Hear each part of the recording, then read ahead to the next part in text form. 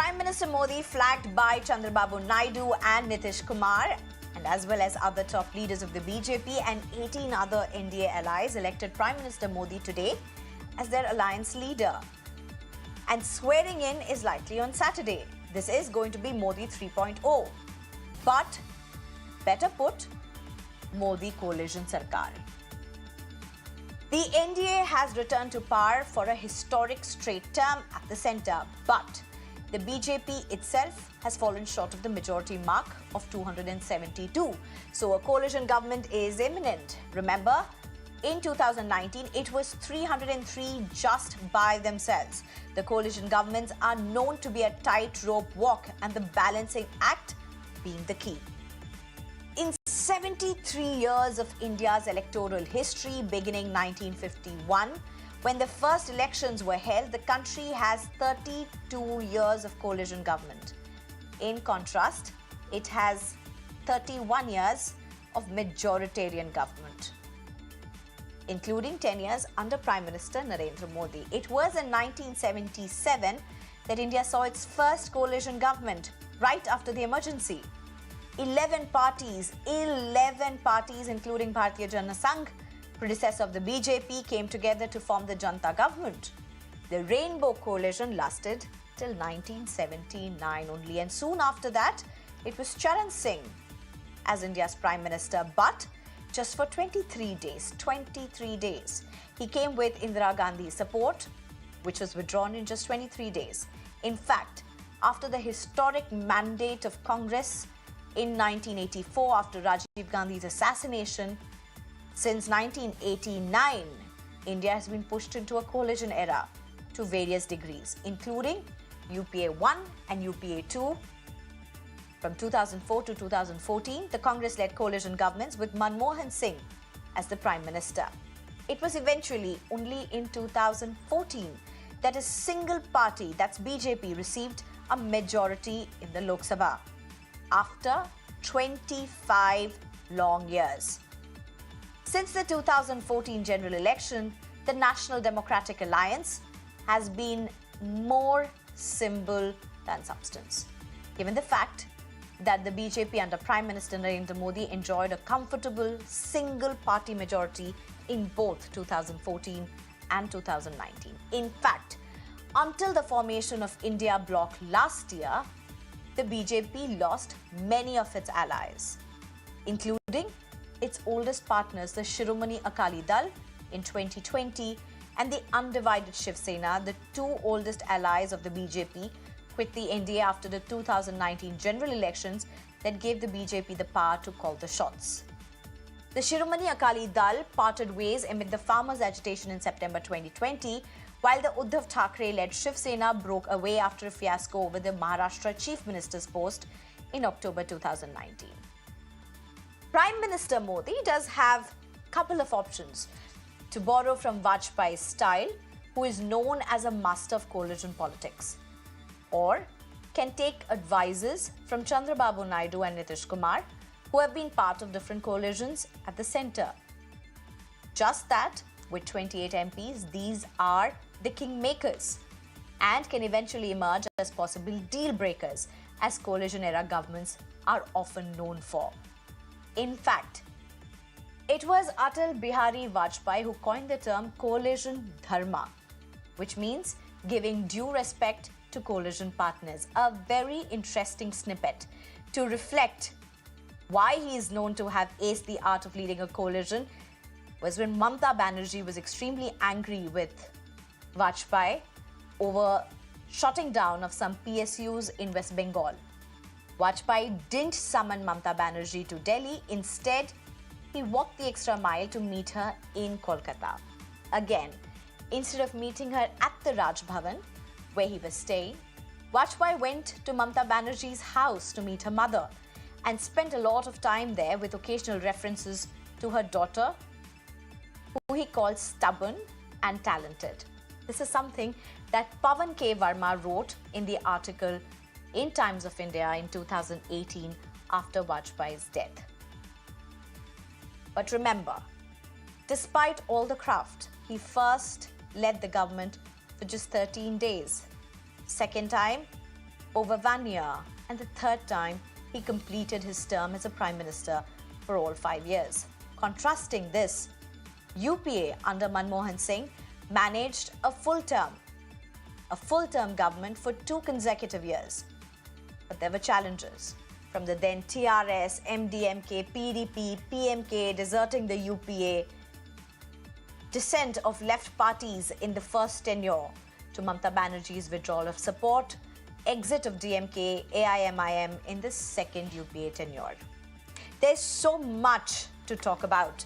But as we are at the brink of yet another coalition government in India in 2024, there are possibly lessons for governments and for citizens, for policymakers, for policy implementers. I'm being joined right now by Vinod Sharma, who's a senior journalist. And we are also going to be joined by Dr. Dharinder Tayal, who is a BJP leader, as well as Sujata Paul, who's a spokesperson for Congress. Thank you very much, Vinod Sharma, for joining us, as well as Dr. Dharinder Tayal and Sujata Paul. I request Dr. Dharinder Tayal as well as Sujata Paul to give us a few minutes. Let me just spend some time with Vinod Sharma to understand some very interesting aspects. Mr. Vinod Sharma, as we enter an era of coalition governments all over again, what's on the top of your mind? What are the immediate challenges? Why only challenges? What just comes to your mind immediately? First of all, I think that we are calling it re-entry, the era of coalition, because we have had coalitions, but with one party which has a majority of its own. Like, CPM Correct. Always had a majority of its own. It ran coalitions. Jyotibabu ran coalitions for decades in West Bengal. Similarly, Mr. Modi has had a majority of his own, but he is running We're primarily looking at the center. Yeah, Mr. Modi has had a majority of his own, but he ran a coalition for 10 years. Now, in this election, the BJP has lost a majority of its own. And now we get to see whether this country whether these coalitions can be run the Vajpayee style, or Mr. Modi can evolve his own style. As you said, that he can draw a few lessons from Mr. Vajpayee's tenure. But Mr. Vajpayee was a statesman prime minister. He never pretended to be a strongman prime minister. And Mr. Modi has always pretended to be, or claimed to be, a strongman prime minister. And coalitions cannot be run by strong men. They have to be run by accommodative men. People who listen to others before formulating policy. And I think that this is going to be a test of Mr. Modi's persona, his temperament, and his ability to carry people along, other parties along, to give this country a government. Coalitions why are they important? Mr. Modi, before starting his first term, he talked about cooperative federalism. Coalitions are a microcosm of cooperative federalism, because the constituent parties are from different states and they have a stake in governance. They are heard because they have, on the strength of their numbers, and they get a stake in power on the strength of their numbers. So it is it's classic cooperative federalism. Many people feel that coalition governments are weak governments. I think that the coalition governments, on the positive side, if you look at them, that coalition dharma agar aap nivate hain, so the parties which during the UPA tenure, or the United Front tenure, or the National Front tenure, or Janata Party tenure, the parties which got a stake in power, there was a very perceptible change in their approach to the center, and they developed a stake in the survival of the center. Earlier, the same very parties, some of them, especially from the south, were tended to be secessionist. They had those secessionist tendencies. They had those separatist tendencies. They had, the tendency to harp on sub-regional nationalism. You see, this country is a country made of many interests, many social interests, and those all coalesced under one umbrella in coalitions. and strengthen Indian federalism. So it was a good experiment. I think Mr. Modi should try it, and Mr. Vajpayee ran it very well. So he has reference points. He has Mr. Chandrababu Naidu. Naidu was the key person in running the United Front government. He was the convener of United Front. And in 1998, 99, he crossed over to the BJP. And I remember I asked him, why are you doing this? And he told me that, look, I have to be relevant in my state in order to be relevant at the center. And he said, I assure you that I'd be a restraining influence on the BJP as a coalition partner. And these restraining influences are important. They are important for this country. And BJP needs a few restraining influences, especially BJP led by Mr. Modi, because the certain kind of campaigns which BJP has ran under Mr. Modi have left much to be desired by way of the vocabulary used. And, there have been murmurs within the BJP over the tone and tenor of those speeches, such speeches during the election time. No, you're making important points. It's such interesting points also. But Mr. Vinod Sharma, one thing, and as you mentioned Chandrababu Naidu, his history with coalition governments, you've also have Nitish Kumar that you've mentioned. Now the challenge remains, it was at the end of the day, I think it was only, correct me if I'm wrong, but it was only Vajpayee himself who managed to finish one full government as a tenure as a coalition government, despite being known as a man of coalition dharma, of having coined the coalition dharma word. It was eventually after losing government, after his government falling twice. And now when you have somebody like Nitish Kumar, who possibly maybe Prime Minister Modi may be able to take along for the rest of the term, but he's had quite a lot of twists and turns himself. So is this whole question of instability that comes along with coalition governments emerging largely with the fact that you really have to take the kingmakers along? No, please listen to me.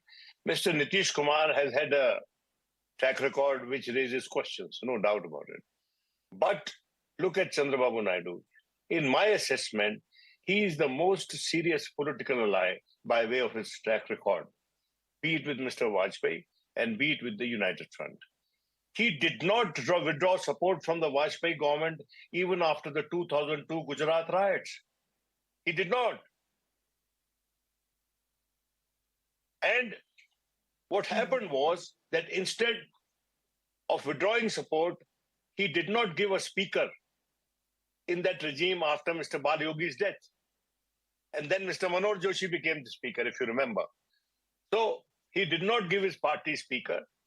He that way distanced himself from the Vajpayee government, but did not withdraw support formally. So that government lasted. And in fact, Mr. Chandrababu Naidu recalled in one of his expressive movements that he got a phone call from Farooq Abdullah. And he told him that if you are going to withdraw support, then with what face we will continue supporting Mr. Vajpayee's government. So this government at the center will fall and it will lead to political instability. So these two people showed tremendous maturity and continued to support the Vajpayee government. It is a fact that looking back when he lost the 2004 election, state assembly election, one of the reasons he cited was that he did not withdraw support to Mr. Vajpayee on 2002 Gujarat.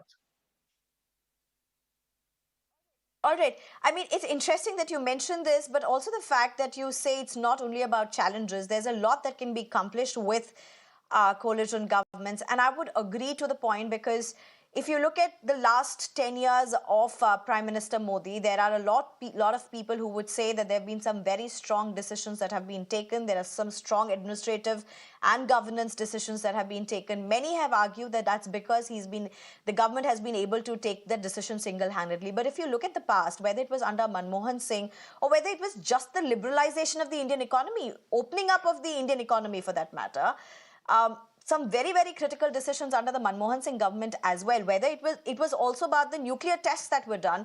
All of these things eventually were done under coalition governments. You see, Indo-US nuclear deal 123, that you see the Samajwadi Party and the left party joined forces to oppose that deal.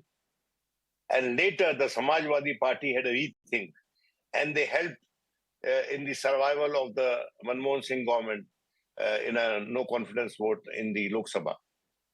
Remember that spectacle where notes were shown, currency notes were put on the table of the House to say that there were attempts to buy members of parliament to vote in favor of the government, and there were also allegations of money was used to buy members to vote against the government. Now, let's not go into those allegations. And they are what we can learn from this experience is that, you see, at the end of the day, political parties have their ear very close to the ground.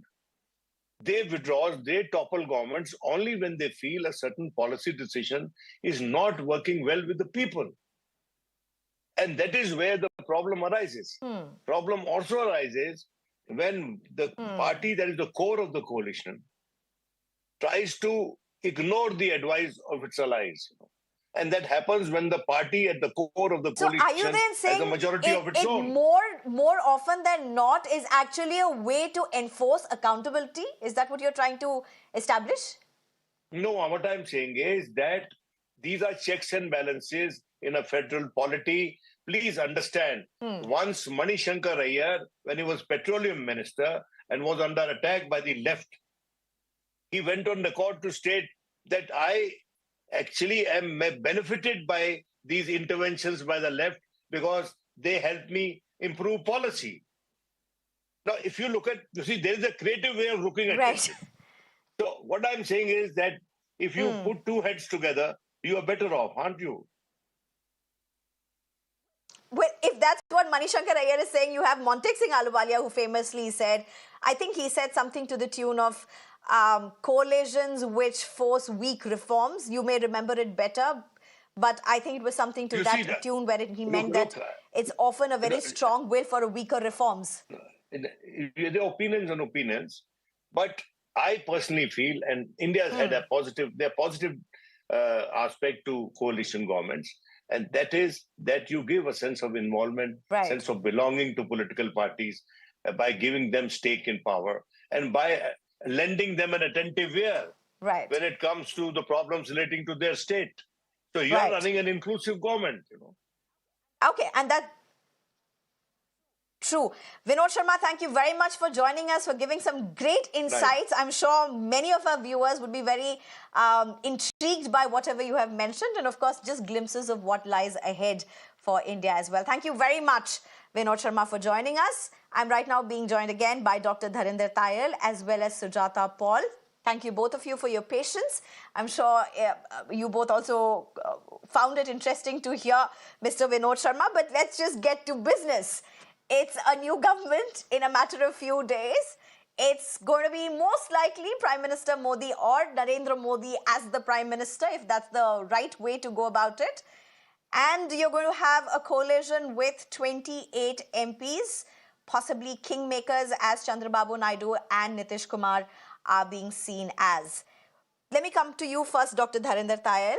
What would you say that this is really the test of Narendra Modi for his temperament, for his skills, for his ability to not being able to take decisions, some in the opposition saying autocratic decisions, to being able to take regional and political interests conflicting possibly with him together?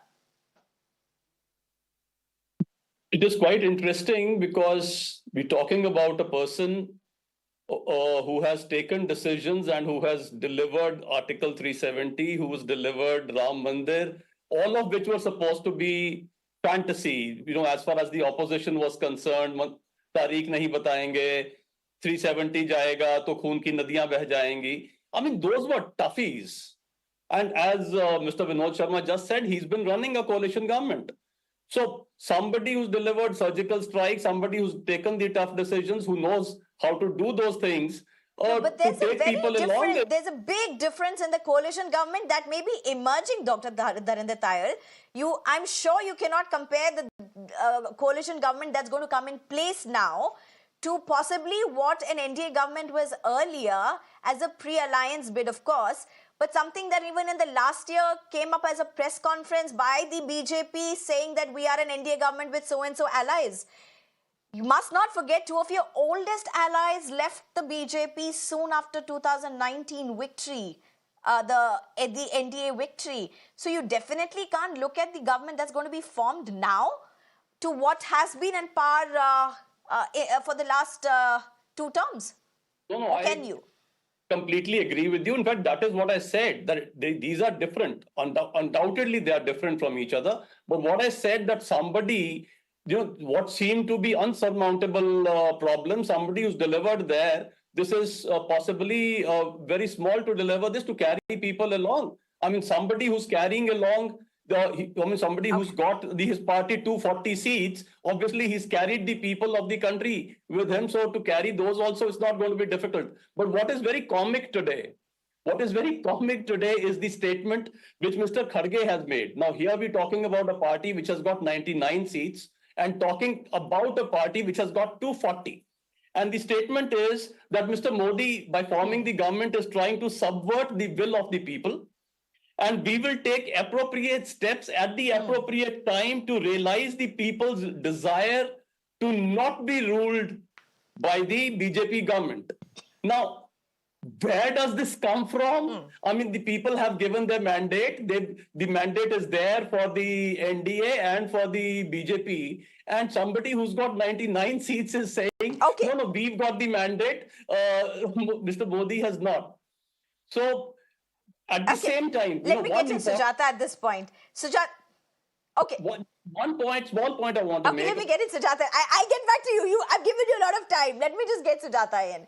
Sujata Paul, you've heard what Dharinder Tayal is saying. Listen, whatever you want to say, whether you're talking about mandate or no mandate whatsoever, at the end of the day, whatever the NDA or the BJP has managed to get is in the name of Prime Minister Modi. It may not be as decisive as it was earlier, but definitely it's in the name of Prime Minister Modi. And it may not be an absolute majority. So that's a messaging for Prime Minister Modi as well. Nonetheless, it is for him. Under him at least. That is exactly the problem with the strongman personality. You know what ultra-masculine, hyper-masculinity means? It actually means that, especially in the political arena, such people build a cult of personality around themselves, and they are totally against liberalism of any kind and democracy. So when you're talking about liberalism, let's talk about what kind of liberalism are we talking about here? We are talking about being liberal when it comes to listening to people. Mr. Modi and listen to people. That is exactly what he's been doing. He could have made the finance minister and the rest of the cabinet deposit their telephones in a basket when he announced demonetization. Do you think he'll be able to do it? He could have brought in the GST the way he wanted to, with all those coalition partners being part of the NDA, who he never listened to and who, out of compulsion, had to stay with him because they had portfolios. But that did not mean that they got their place. And in this manner, what he has actually done is weakened not just the BJP and its leaders, but also the coalition partners who were part of his cabinet. Now, the same thing cannot be said of Mr. Nitish Kumar or Mr. Chandrababu Naidu. And I will not repeat what Mr. Vinod Sharma has already said. Now, when Atal Bihari Vajpayee ji spoke about coalition dharma, do you remember? He spoke about Raj Dharma also. Did he ever follow Raj Dharma? If he had followed Raj Dharma, then things would have been different in Gujarat after what had happened over there under Mr. Modi's rule. Now, when you talk about the coalition dharma, it means that you have to listen to people. There has to be a lot of brainstorming. You can't just have a sudden, mismanaged lockdown, mismanaged GST, and impose it on people. Even a 370 abrogation would not be possible. And I'm sure every BJP member today would agree to that. And you would not be able to do what you felt like. Can you even imagine Mr. Modi now walking around with 10 cameras on him? Do you think Mr. Chandrababu Naidu is even going to accept such a thing? Do you think that Mr. Nitish Kumar is going to sit back and say, oh, We don't know. he is We the don't Prime know, Minister of the country? Sujata. We don't know, Sujata I'm Paul. telling you. We No, don't we know. know Such everybody's is coalition nature. politics. No. We don't know. Yeah. No, We don't absolutely. know. I agree to what you're saying. Okay. But Jokes. when I'm saying, Jokes. yeah. You know, and one last point. Have you noticed one thing? Okay, Mr. jokes aside, let me just he's go come down to earth, and that's why he's wearing a green jacket today. Have you seen? Where is the Bhagwa gone? Not that the Bhagwa belongs Let to me him. just go across to Dharinder Tayal. All right. Allow me to go to Dharinder Tayal. So, Mr. Dharinder Tayal, here's one thing, and it's very interesting again. As we were reading up, my team sent this across to me, and this was for 1998 to 2004. And it's about how the Vajpayee-led era, when they were in the coalition government, they kept aside the agenda of temple at Ram Janmabhoomi, abrogation of Article 370, Uniform Civil Codes, which are now a reality. But this was part of the BJP agenda way back even then. And it was kept in deep freeze, apparently because they were in a coalition and the coalition partners did not agree. No, so, I mean, when you are part of a coalition, there Dharinder has to Tayal? be something that you all agree to, and that is what you move ahead with. So that is part of the process. So there is no issue on that count. But let's understand, we spoke about the UPA era. So one, I did not know, I mean, just one comment, I did not know that there were certain colors I was prohibited from wearing. But putting that aside, you talking about the UPA era. Now, what happened there? I didn't get that. I'm not very sure what you're talking about the colors that you're not supposed to wear. No, because she commented that Dharinder Tayal is wearing green today. Did. No. So I never did. I think you missed that from Sujata. Okay. I never did. I didn't hear that point either. But anyways, please go ahead, Dharinder Tayal. Please go ahead. The important part. Please go ahead. In the UPA time, what really happened? Two things happened. One, we came to hear a term called policy paralysis, which we'd never heard before. So the good part about UPA was, kuch karo hi mat, do nothing. Nothing was happening in the country, so our coalition is good. Two, the country got compromised. And I'll tell you how it got compromised. When the communists were withdrawing the support, Sonia Gandhi ji and Rahul Gandhi ji rushed to China and signed an MOU there on the commitment, please get us the support of the communists. Nobody till date knows the contents of that MOU. That is where the country got compromised. And the proof of that was when Adhir Ranjan Chaudhary said that Indian forces know how to defang these dragon, he was told to delete that tweet because that was a commitment part of that MOU. That is what was the coalition which we saw for 10 years under Manmohan Singh. Policy paralysis and the country getting compromised. The point I want to ask today is that why is the UPA or India Alliance not accepting the mandate of the people? What are they meeting for? What are they trying to do? Is it not open horse trading that they are trying to indulge in? When they are saying we will form the government, it is not the mandate with the NDA. It is the mandate is with us because we've got 99 seats. So they're meeting to decide, okay, tomorrow we will deliver because people have said tomorrow we will deliver. How will we deliver? We're trying to do horse trading. I mean, they should get real. They should accept the mandate of the people, come right out and say, we accept, we were defeated. We will play the role of a responsible opposition. And congratulations to NDA and Mr. Modi on running the country well. Why aren't they doing that? Why are they openly getting into horse trading? No, that is the question I want to ask. No, but I think the fact that Sujata Paul has joined us and we are debating what maybe Modi 3.0 just about indicates that she has not. Anyway, Sujata Paul, do you want to respond to this? Yes, and this is just terrific. This terrifying fear which has engulfed the BJP shows that the strong man, ultra-masculine personality has been brought to dust. And that is what the whole thing is all about. Now, this China business, why doesn't Mr. Tayal tell us that if they had such a strong government, why is nobody in jail till now for that MOU if there was something wrong with it? You need to tell us. You were there for 10 years. Now, what are they meeting for? What is the Indie?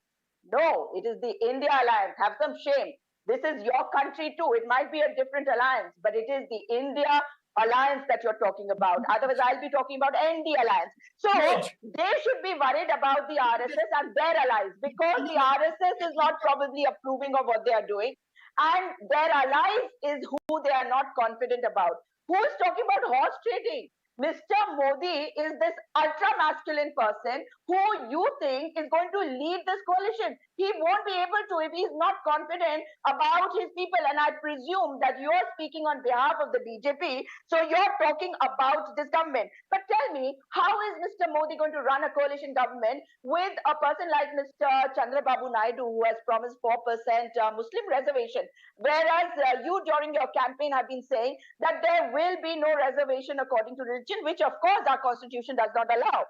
Now, when you talk about the UCC That's and an the interesting CAA, point. what will happen to that? These were part of your agenda. Will you be able to do it? No, you will not be able to take any step. Dharinder Tayal, do you want to respond to this? Government. Yes. One, I think the Dharinder Tayal, language do you want on to your respond to this show, one? the language on your show should be civil. If she's telling me have some shame and she is saying it is India alliance, then will she tell me what that A is for in the Indi, after the Indi? So it is India alliance.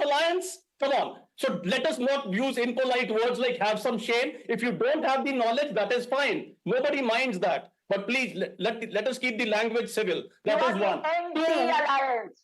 You are the ND alliance. Call yourself the ND alliance, not the NDA. You said India alliance. Okay, all right. I think Dharinder, Dr. Dharinder Tayal as well as Sujata Paul, I think both of us, let's just calm down.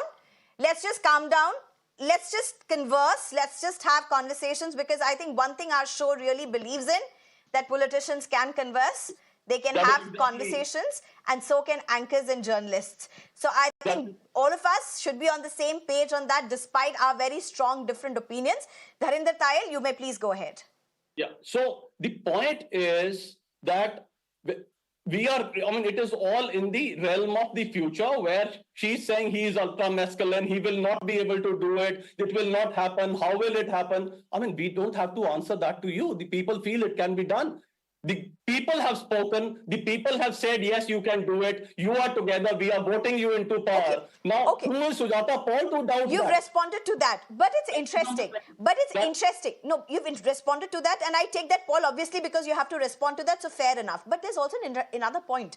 See, Chandrababu and Naidu, as well as Prime Minister Modi or the BJP government, as it were, may not be eye to eye on several things, including quota, including reservations, and particularly Muslim reservations. And that's a very valid point that Sujata Paul does make, because there is a very strong difference of opinion here. The whole rhetoric, the whole political shrill campaigns that the elections have seen would mean that both Chandrababu Naidu and Prime Minister Modi will have to see eye to eye on this issue. Is that going to be a possibility? So two things I want to say here, Shreya. One, that it was for the people. This is something that the people also knew. What we know, the people knew. If the people of this country feel that they can do it, who is the Congress to decide that it can't be done? Number one. Number two, we are talking about the India alliance, which could not even decide seats among themselves. They were partners in one place, fighting in the other. I'm in Chandigarh. They were partners in Chandigarh, and the moment you stepped out, they were at each other's throats. And they are the ones who are saying that they are the right choice.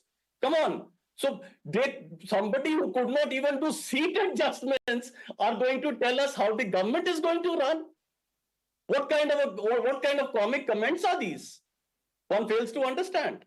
So let us not get into the personality of Mr. Modi. I have said he has delivered the most difficult of things. He will deliver this. And Sujata Paul and the Congress and the India Alliance need not be worried about that. The people, the ultimate to decide are the people of this country. They have spoken, they've decided. So the matter rests there. No. Can I come in? Okay, Sujata Paul? Yes. There is no clear mandate Sujata Paul, I also want I know you will have a rhetoric back as well, but I also want to take this conversation ahead. And I also want to ask you one question. Hopefully, this will be my last to you, and hopefully a quick response from Dharinder Tayal as well. As we get into a new government, as we see a new government, which is which is going to be taking oath very soon. What do you see as its biggest challenge? The biggest challenge is this coalition. Because running a coalition is so difficult when spokespersons of the BJP are going to sit and say that we are not going to answer to you. You have to run this country of 140 crore people and you have to be answerable to everybody. So it can't be my way or the highway from now on, because the coalition government also means not just the allies, but also the people of India. So that's the challenge. The challenge is that's the challenge. Another sequel to that, and I'm going to ask both of this. Sujata, also give me one thing. What is the biggest opportunity that this government has? Remember, when we were young people, we used to always say, what's your positive, what's your negative? Let's do this. What's the challenge and what's the opportunity for the government? The challenge is that there are a few strong challenge. You said coalition. What's the opportunity? What's the big opportunity before the government? The opportunity is to try and deliver to the people. But how will you do it if you can't get along with each other? There is no common minimum program, right? Now, the Modi ki guarantee was their manifesto. Everybody is not going to. Chandrababu Naidu will say, Modi ki guarantee, I'm going to work on that. He's not. It's an opportunity for the Prime Minister Dharinder Tayal, respond to that. As the government takes place, as the government is set to take oath, and Narendra Modi is most likely going to be leading the government. Very quickly, Dharinder Tayal, the biggest challenge that you see before the government and the biggest opportunity.